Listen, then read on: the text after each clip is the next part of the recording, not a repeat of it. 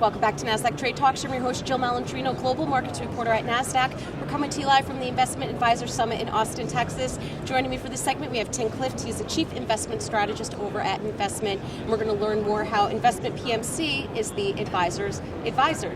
Tim, thanks so much for joining us on set and, of course, for having us here. Now, some people, they've likened Envestnet PMC as the advisor's advisors. Can you give us a little bit more detail into that comparison? Yeah, I think that's a good description of how we work with advisors. So we're really behind the scenes, but advisors are able to harness all the investment research that we provide. So we've got 50 investment professionals that are doing due diligence on all the strategies on the platform.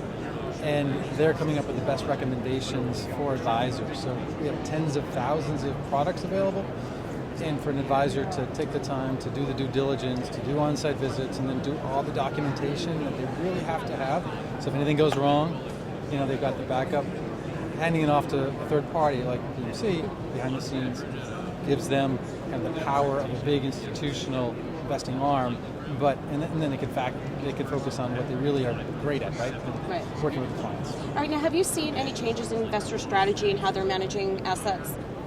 Yeah, so we're definitely seeing a switch to this outsourcing model. So not only the strategies that we're recommending, but third-party models.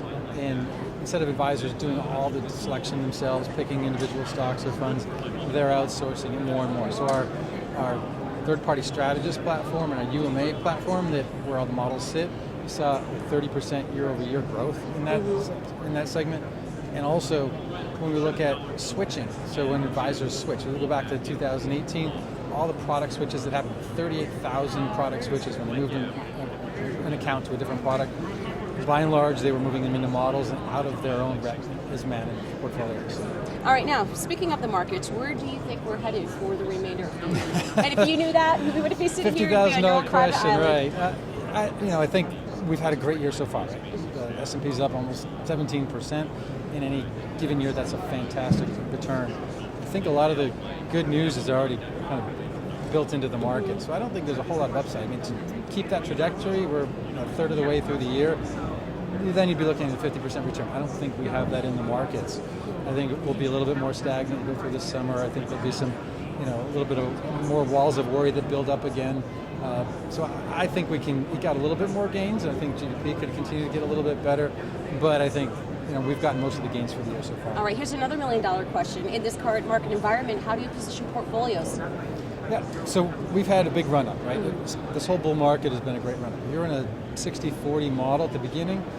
You haven't rebalanced. You're now probably 85% equity instead of 60, so it's a much riskier portfolio. So we encourage advisors to make sure that the allocations are what they need to be for a client, that they're appropriate. Maybe they have a little bit of protection in it, maybe some alternatives or other types of very well-diversified holdings in the portfolios to help when the markets do correct, and eventually, of course, we will see them. All right, Tim, thanks so much for joining us at the Investment Summit, and thanks for joining me throughout the day on Trade Talks. I'm Jill Malantrino, Global Markets Reporter at Nasdaq.